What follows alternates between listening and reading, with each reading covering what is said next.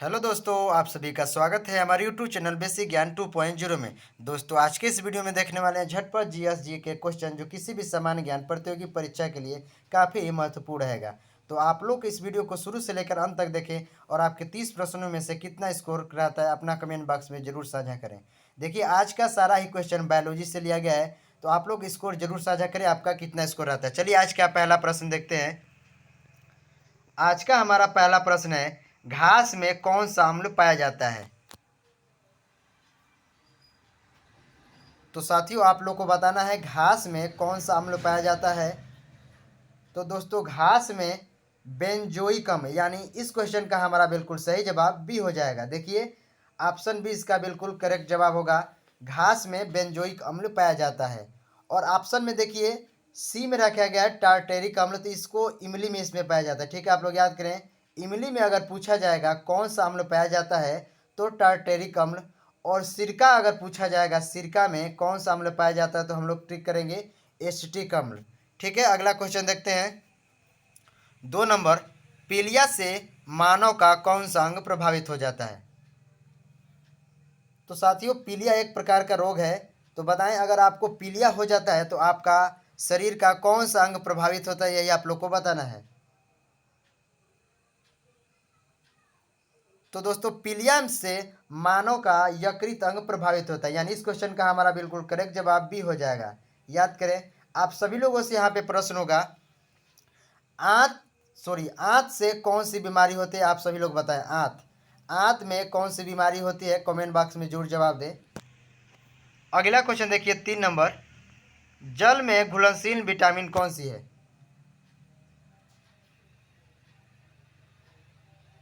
तो दोस्तों, जल में घुलनशील विटामिन, देखिए ऑप्शन बी इसका बिल्कुल करेक्ट जवाब हो जाएगा। क्यों? क्योंकि जल में दो ठो घुलनशील विटामिन है, एक ठो है बी और सी। आप लोग याद करें, और बाकी जो भी विटामिन है ए, डी, ई, के, ये सारे वसा में घुलनशील विटामिन है। और जल में दो ठो विटामिन है, आप लोग याद करें, बी और सी। ठीक है, तो देखिए ऑप्शन में सी रखा गया है, इसमें बी रखा नहीं गया, तो हमारा बिल्कुल सही जवाब सी हो जाएगा। आप सभी लोगों से यहाँ पे प्रश्न होगा, विटामिन शब्द का प्रयोग सबसे पहले किसने किया है। आप लोग को बताना है विटामिन शब्द का प्रयोग सबसे पहले किसने किया है, कमेंट बॉक्स में जरूर जवाब दें। आप लोग देखिए ध्यान से क्वेश्चन को, विटामिन का खोज हमने नहीं पूछा है, विटामिन शब्द का प्रयोग सबसे पहले किसने किया है। अगला क्वेश्चन देखिए, 4 नंबर, निम्न में विषाणु द्वारा होने वाला रोग का पता लगाएं। तो दोस्तों, रोग कई ठो वाहक हैं होने का, तो विषाणु के द्वारा कौन सा रोग होता है आप लोग को देखिए ऑप्शन में पता लगाना है कौन सा है। तो दोस्तों, विषाणु द्वारा होने वाला रोग इसमें एक ही दिख रहा है, पोलियो। पोलियो जो है विषाणु के कारण होता है, आप लोग पता होगा। पोलियो का यह वायरस कहा जाता है, विषाणु को ही वायरस कहा जाता है इंग्लिश में। तो इसका हमारा बिल्कुल करेक्ट जवाब ए हो जाएगा। और तीनों ऑप्शन जो रखा गया देखिए, प्लेग, टाइफाइड, ये जीवाणु के द्वारा होता है। और मलेरिया अगर पूछा जाए तो प्रोटोजोआ, आप लोग याद करें, पूछा जाता है बार बार एग्जाम में, प्रोटोजोआ। ठीक है, मलेरिया किसके कारण होता है तो प्रोटोजोआ। और देखिए ऑप्शन में जो रखा गया प्लेग और टाइफाइड, ये जीवाणु के कारण होता है। अगला क्वेश्चन देखते हैं, 5 नंबर, भारतीय पेट्रोलियम संस्था कहाँ स्थित है।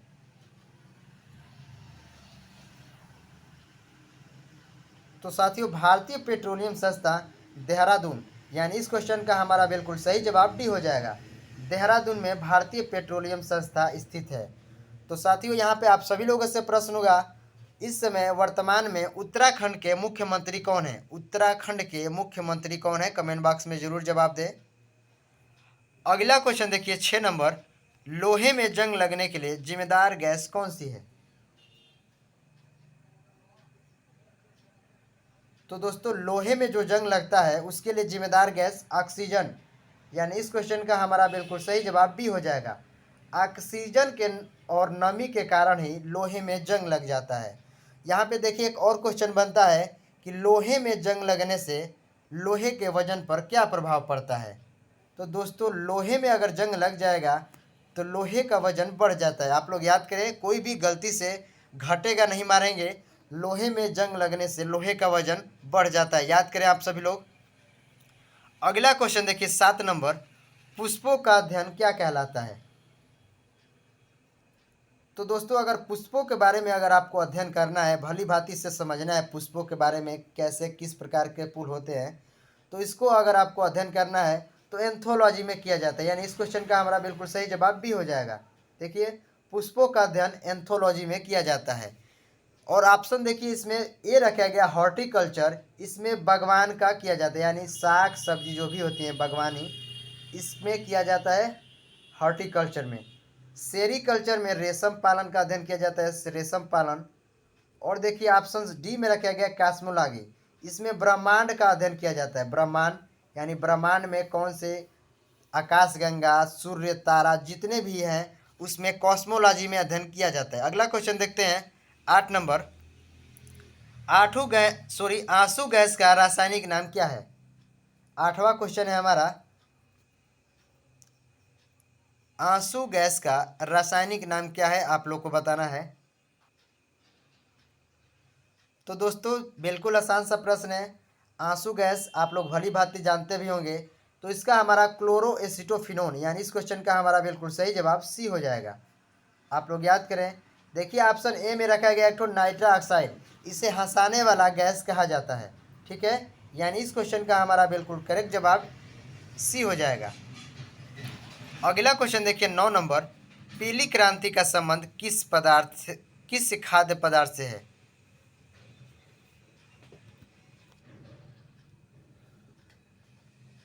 तो दोस्तों पीली क्रांति का संबंध तेल उत्पादन, यानी पीली क्रांति अगर आपको पूछा जा रहा है तो तेल उत्पादन के बारे में बताया गया है उसमें। तो इसका हमारा बिल्कुल सही जवाब सी हो जाएगा। अगला क्वेश्चन देखते हैं 10 नंबर। मैग्नेटाइट किसका अयस्क के रूप में उपयोग किया जाता है? सिंपल सा प्रश्न है, यानी आप लोगों से ये पूछा गया है मैग्नेटाइट किस धातु का एक अयस्क है। तो जो लोग इस प्रश्न को पढ़े होंगे ध्यान से देखिए, बिल्कुल आसान सा है। तो मैग्नेटाइट दोस्तों लोहे का एक अयस्क है। नाम से तो दिख रहा है मैग्नेटाइट, यानी इसमें चुंबक का गुण है, लेकिन यह लोहे का अयस्क है। ठीक है, आप लोग गलती मत करेंगे, चुंबक कोई नहीं ट्रिक करेगा। इसका हमारा बिल्कुल करेक्ट जवाब ये हो जाएगा। अगला क्वेश्चन देखते हैं 11 नंबर। किस उपकरण का प्रयोग विद्युत धारा मापने के लिए किया जाता है? तो साथियों विद्युत धारा का मापने के लिए अमीटर का प्रयोग किया जाता है, यानी इस क्वेश्चन का हमारा बिल्कुल सही जवाब सी हो जाएगा। बिल्कुल हमारा इसका सी सही जवाब होगा, आप लोग याद करें। अगला क्वेश्चन देखते हैं 12 नंबर। ज्योति तीव्रता का मूल इकाई क्या है? ज्योति जो तीव्रता है या मूल इकाई है, तो बताएं ज्योति तीव्रता का मूल इकाई। आप लोग सभी लोग कमेंट बॉक्स में जरूर बताइएगा मूल मात्रकों की संख्या कितनी है। जरूर आप पढ़े होंगे, फिजिक्स से एक क्वेश्चन है मूल मात्रकों की संख्या कितनी है, उसी में से इसमें एक क्वेश्चन पूछा गया है ज्योति तीव्रता का इकाई क्या है। तो देखिए इसका हमारा बिल्कुल सही जवाब भी हो जाएगा, यानी कैंडेला जो है ज्योति तीव्रता का एक मात्रक है। अगला क्वेश्चन देखिए 13 नंबर। मानव शरीर में रक्तचाप किस ग्रंथि द्वारा नियंत्रित होती है?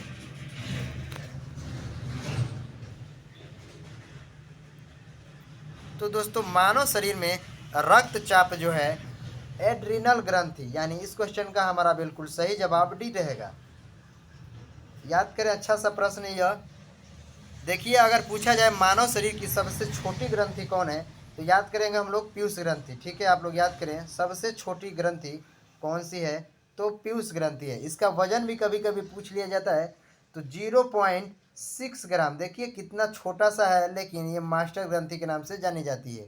यानी जो भी हमारे शरीर में किसी भी चीज़ को कंट्रोल करना है तो पीयूष ग्रंथि के द्वारा ही कंट्रोल होता है। क्यों होता है? क्योंकि हमारे शरीर का सबसे ऊपरी भाग मस्तिष्क में यह पाई जाती है ग्रंथि। कभी कभी ये भी पूछा जाता है पीयूष ग्रंथि मानव के कहाँ पे पाई जाती है, मानव के शरीर में, तो मस्तिष्क में पाई जाती है पीयूष ग्रंथि। अगला क्वेश्चन देखते हैं 14 नंबर। प्रकाश संश्लेषण में हरे पौधे कौन सा गैस छोड़ते हैं? इजी सा प्रश्न होगा। तो दोस्तों प्रकाश संश्लेषण में हरे पौधे ऑक्सीजन गैस छोड़ते हैं, यानी जब प्रकाश संश्लेषण जब पौधे खाना बनाते हैं अपना, तो आप सभी लोगों को पता होगा पौधे हमेशा खाना दिन में ही बनाते हैं। क्यों? क्योंकि सूर्य का प्रकाश जरूर चाहिए खाना बनाने के लिए। तो जब खाना बनाते हैं पौधे तो उस समय ऑक्सीजन गैस छोड़ते हैं और कार्बन डाइऑक्साइड गैस ग्रहण करते हैं। दोनों क्वेश्चन आप लोग याद करेंगे। कभी कभी ये भी पूछा जाएगा को प्रकाश संश्लेषण के समय पौधे कौन सा गैस का उपयोग करते हैं, तो हम लोग ट्रिक करेंगे उसको कार्बन। लेकिन यहाँ पे पूछा गया है कौन सा गैस छोड़ेंगे, उत्सर्जन करेंगे, तो ऑक्सीजन बिल्कुल हमारा सही जवाब होगा। अगला क्वेश्चन देखिए 15 नंबर। चावल में अधिकतम मात्रा में पाए जाने वाला तत्व कौन सा है? अगर आपका चावल सबसे फेवरेट खाना है तो आप चावल खाते हैं तो कौन सा तत्व पाया जाता है उसमें, आप लोग को यही बताना है। तो दोस्तों चावल में सबसे अधिक मात्रा में कार्बोहाइड्रेट, यानी हमारा इसका बिल्कुल सही जवाब सी हो जाएगा। चावल में सबसे भरपूर मात्रा में कार्बोहाइड्रेट पाया जाता है। रोटी, चावल, गुड़, इनमें भी सबसे अधिक मात्रा में कार्बोहाइड्रेट पाया जाता है। अगर प्रोटीन की बात किया जाए तो पनीर अगर आप खाते हैं, अगर आपका फेवरेट है पनीर, तो सबसे अधिक मात्रा में पनीर में प्रोटीन पाया जाता है। ठीक है, प्रोटीन हमारे शरीर के लिए काफ़ी महत्वपूर्ण है क्योंकि इन्हीं के कारण हमारे शरीर में नए नए ऊतकों का निर्माण होता है। इस प्रश्न से हमें इतनी जानकारी मिल जाती है। चलिए अगला क्वेश्चन देखते हैं 16 नंबर। पानी में लोहे की छड़ किसके कारण मुड़ी परिवर्तित होती है? आप लोग प्रैक्टिकल करके देखिएगा, पानी में अगर कोई छड़ को डालेंगे तो देखेंगे तो आपको टेढ़ी दिखाई देगी। सीधी छड़ होती है लेकिन आपको टेढ़ी दिखाई देती है। तो ये किस घटना के कारण होता है? तो इसका हमारा बिल्कुल सही जवाब हो जाएगा प्रकाश का अपवर्तन, यानी इस क्वेश्चन का हमारा बिल्कुल सही जवाब ए हो जाएगा। प्रकाश के अपवर्तन के कारण ही पानी में जो छड़ होती है टेढ़ी दिखाई देती है। पानी में डाला हुआ सिक्का थोड़ा सा ऊपर दिखाई देता है। पानी में जो नींबू डालेंगे जितना उसका आकार है उससे बड़ा दिखाई देता है। तो इसी के कारण तो क्या हम लोग बताएंगे? अपवर्तन। बिल्कुल आप लोग याद करें इसको। अगला क्वेश्चन देखिए 17 नंबर। भविष्य का ईंधन किसे कहा जाता है? तो दोस्तों भविष्य का ईंधन हाइड्रोजन गैस को कहा जाता है, लेकिन हम लोग ईंधन के अभाव में हाइड्रोजन को नहीं जला सकते हैं। आप लोग याद करिएगा इसको। 17 नंबर क्वेश्चन का हमारा बिल्कुल सही जवाब भी हो जाएगा। अगला क्वेश्चन देखिए 18 नंबर। पपीता का खाने योग्य भाग क्या है? अगर आप पपीता खाते हैं तो उसका कौन सा भाग खाते हैं ये आप लोग को बताना है। काफ़ी लोग का यह होगा क्वेश्चन कि हम लोग तो सारे भाग को खा जाते हैं, लेकिन गलत है। देखिए पपीता जो हम लोग खाते हैं तो उसका हम लोग मध्य फल भित्ति खाते हैं। ठीक है, यानी इसका हमारा बिल्कुल सही जवाब ए हो जाएगा, मध्य फल भित्ति। ठीक है, आम जो है उसका भी मध्य फल भित्ति खाते हैं। अगर पुष्पक्रम देखिए देखिए इसमें ऑप्शन सी में रखा गया है, तो चना है, जो भी ये सब आते हैं, ये हम लोग गोभी है, उसका सारा हम लोग पुष्प ही खा जाते हैं। इसका हमारा देखिए ये बिल्कुल सही जवाब हो जाएगा। और अगला क्वेश्चन देखिए 19 नंबर।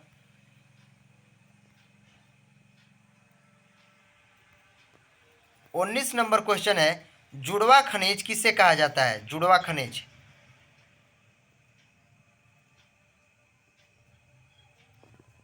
तो दोस्तों जुड़वा खनिज सीसा एवं टीन को कहा जाता है, यानी इस क्वेश्चन का हमारा बिल्कुल सही जवाब भी हो जाएगा। याद करें, सीसा एवं टीन को जुड़वा खनिज का दर्जा दिया गया है। अगला क्वेश्चन देखिए 20 नंबर। मछली के लीवर में भरपूर मात्रा में कौन सी विटामिन संचित रहता है? अगर आप मछली खाते हैं तो आप कौन सा विटामिन सबसे अधिक मात्रा में पाएंगे? तो देखिए आपको अगर पता होगा जिसको कमेंट बॉक्स में ज़रूर जवाब दें। तो दोस्तों मछली के लीवर में भरपूर मात्रा में विटामिन डी संचित रहता है, यानी इस क्वेश्चन का हमारा बिल्कुल सही जवाब डी हो जाएगा। देखिए यहाँ पे क्वेश्चन ध्यान दीजिएगा, कभी कभी ये भी पूछ लिया जाता है कि विटामिन डी सबसे अधिक किस में पाया जाता है, तो हम लोग बताएंगे सूर्य के प्रकाश में। सूर्य के प्रकाश में सबसे अधिक मात्रा में विटामिन डी पाया जाता है और यह बिल्कुल फ्री में भी मिलता है। सूर्य का प्रकाश सबके लिए समान है। तो अगर आपका मन करे कि विटामिन डी हमें चाहिए तो सूर्य के प्रकाश के सामने बैठ जाएं, विटामिन डी आपको मिल जाएगा। अगला क्वेश्चन देखिए 21 नंबर। राष्ट्रीय विज्ञान दिवस कब मनाया जाता है? तो साथियों राष्ट्रीय विज्ञान दिवस प्रत्येक 28 फरवरी को मनाया जाता है, यानी इस क्वेश्चन का हमारा बिल्कुल सही जवाब भी हो जाएगा। आप सभी लोगों से यहाँ पे प्रश्न होगा, बिल्कुल इसे इग्नोर मत करिएगा। बताएं राष्ट्रीय विज्ञान दिवस किसके लिए मनाया जाता है, यानी किसके जन्म दिवस या किसकी खोज के लिए मनाया जाता है? राष्ट्रीय विज्ञान दिवस किस वैज्ञानिक के लिए मनाया जाता है? बताएं सभी लोग कमेंट बॉक्स में एक विस्तृत जरूर जानकारी दें। देखिए इन ऑप्शनों को हम देख लेते हैं क्या क्या ऑप्शन है। तो एक में रखा गया 29 अगस्त, इस दिन खेल दिवस मनाया जाता है। ठीक है, आप लोग याद करें, खेल दिवस 29 अगस्त। 14 सितंबर को हिंदी दिवस। ठीक है, और 22 दिसंबर भी बहुत ही मोस्ट है, गणित दिवस मनाया जाता है।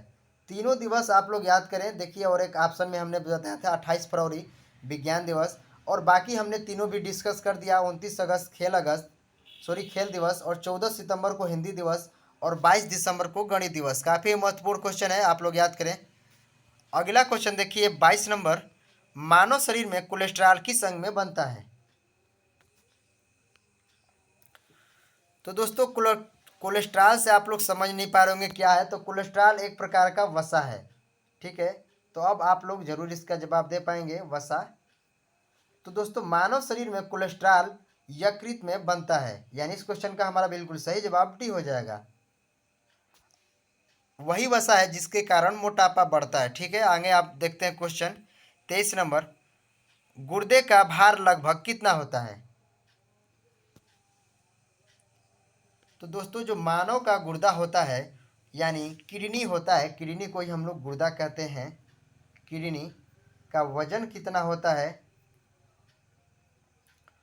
तो इसका वजन हमारा होता है 150 ग्राम, कहीं कहीं 140 ग्राम भी लिखा हुआ देखने को मिल जाएगा। तो देखिए इसका हमारा बिल्कुल सही जवाब 150 ग्राम है। याद करें, यकृत का पूछा जाए वजन कितना है, यानी लीवर का, तो आप लोग याद करें 1.5 kg है लीवर। और मस्तिष्क का पूछा जाए, दिमाग, ठीक है, दिमाग का वजन होता है 1400 ग्राम। ठीक है, यानी 1 किलो 400 ग्राम कह सकते हैं। अगला क्वेश्चन देखिए 24 नंबर, भारी जल का अणुभार कितना होता है?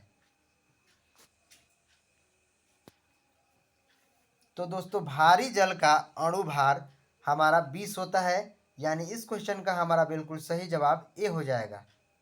याद करें, भारी जल यानी D2O कहा जाता है जिसे, इसका अगर पूरा नाम पूछा जाए तो ड्यूटेरियम ऑक्साइड होता है। अगला क्वेश्चन देखते हैं 25 नंबर, किसी वस्तु का प्रतिबिंब हम रेटिना पर कितना सेकेंड के लिए बनता है? यानी सिंपल से में समझिए, अगर किसी वस्तु को आप देखते हैं तो आप उस वस्तु का चित्र जो है, उस वस्तु का प्रतिबिंब आपके दिमाग पर, यानी आपके रेटिना पर, सो देखिए दिमाग नहीं, यहाँ पर रेटिना पर कितने देर के लिए, यानी कितना सेकेंड के लिए बनता है? तो देखिए दोस्तों इस क्वेश्चन का हमारा बिल्कुल सही जवाब बी है, यानी 1/10 सेकेंड के लिए किसी भी वस्तु का प्रतिबिंब हमारे रेटिना पर बनता है। इसका हमारा बिल्कुल बी सही जवाब हो जाएगा। अगला क्वेश्चन देखिए 26 नंबर, खाने वाला सोडा को सामान्यतः किस नाम से जाना जाता है? जो हम लोग खाते हैं, घरों में उपयोग किया जाने वाला जो सोडा होता है, सोडा दो प्रकार के होते हैं, एक कपड़ा धोने वाला सोडा और एक खाने वाला सोडा। तो देखिए यहाँ पे खाने वाले सोडा के बारे में बात किया गया है। तो दोस्तों खाने वाला सोडा का हमारा रासायनिक नाम है सोडियम बाइकार्बोनेट, यानी इस क्वेश्चन का हमारा बिल्कुल सही जवाब भी हो जाएगा। और एक जो होता है हम लोग धोते हैं, जिसे हम लोग सर्फ कहते हैं, धोने वाला जो सर्फ होता है, कपड़ा साफ जिससे किया जाता है, तो उसका रासायनिक नाम है सोडियम कार्बोनेट। आप सभी लोगों से यहाँ पे प्रश्न होगा, खाने वाले सोडा का रासायनिक नाम क्या है? कमेंट बॉक्स में जरूर जानकारी दें। खाने वाला सोडा का रासायनिक नाम, सॉरी रासायनिक सूत्र बताना है, नाम तो हमने बता दिया सोडियम बाइकार्बोनेट। सूत्र बताएं खाने वाला सोडा का। अगला क्वेश्चन देखते हैं 27 नंबर, मानव रक्त में कौन सी धातु पाई जाती है? तो आपका जो खून होता है उसमें भी धातु पाई जाती है, सोचिए, बताएं आप लोग, मानव के रक्त में कौन सी धातु पाई जाती है? तो आप लोग इस प्रश्न को जरूर कर पाएंगे सोचेंगे तो हमारा इसका बिल्कुल सही जवाब ए हो जाएगा, यानी मानव के रक्त में लोहा धातु पाई जाती है, बिल्कुल ये हमारा सही जवाब हो जाएगा। अगला क्वेश्चन देखिए 28 नंबर, विटामिन के का रासायनिक नाम क्या है? तो दोस्तों विटामिन के का रासायनिक नाम फिलोक्विन, ठीक है, यानी इस क्वेश्चन का हमारा राइट आंसर डी हो जाएगा। आप सभी लोग सारे विटामिन का रासायनिक नाम जरूर याद करें, क्योंकि किसी न किसी परीक्षा में एक विटामिन का रासायनिक नाम जरूर पूछ लिया जाता है। देखिए इसमें ऑप्शन देख लेते हैं, रेटिनाल जो है विटामिन ए का रासायनिक नाम है, और विटामिन बी का थायमिन है, और कैल्सीफेरॉल विटामिन डी का रासायनिक नाम है। देखिए चारों आप लोग याद कर सकते हैं। फिलोक्विनिन विटामिन डी का रासायनिक नाम है, विटामिन के का, और कैल्सीफेरॉल विटामिन डी, और बी का थायमिन, और रेटिनॉल विटामिन ए का। एक और विटामिन छूट गया है, देखिए सी, इसका नाम है एस्कॉर्बिक अम्ल। एस्कॉर्बिक अम्ल नाम है इसका रासायनिक नाम, ठीक है। एस्कॉर्बिक अम्ल आप लोग याद कर सकते हैं। अगला क्वेश्चन देखते हैं 29 नंबर, निम्न में कौन सा उत्सर्जी अंग नहीं है? तो दोस्तों आप लोगों को उत्सर्जी अंग, जो लोग उत्सर्जी अंग के बारे में जानते होंगे जरूर क्वेश्चन का आंसर दे पाएंगे। तो सबसे पहले इस क्वेश्चन का आंसर देने के लिए उत्सर्जी अंग का मतलब समझें।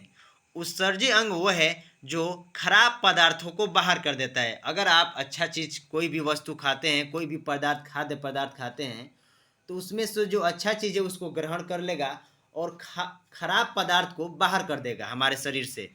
तो देखिए इस क्वेश्चन का हमारा बिल्कुल सही आंसर क्या रहेगा? मस्तिष्क। मस्तिष्क एक प्रकार का उत्सर्जी अंग नहीं है। और ऑप्शन ए, बी और सी ये तीनों जो अंग हैं उत्सर्जी अंग है। जैसे फेफड़ा ये भी उत्सर्जी अंग है, यकृत अमोनिया को बदलता है, और किडनी ये भी जो बेकार पदार्थ होते हैं हमारे शरीर से बाहर कर देता है।